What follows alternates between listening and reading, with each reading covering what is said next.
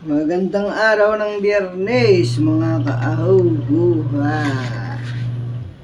Magluluto po tayo ng ulam, almusal. Pero kape po muna tayo. Siyempre, ang paborito nating kape.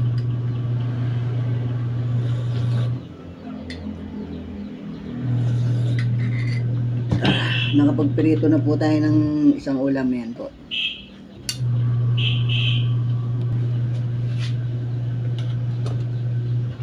Magpipirito po tayo ng saging. Yan po, minekos-mekos ko na para wala nang ibang kakain.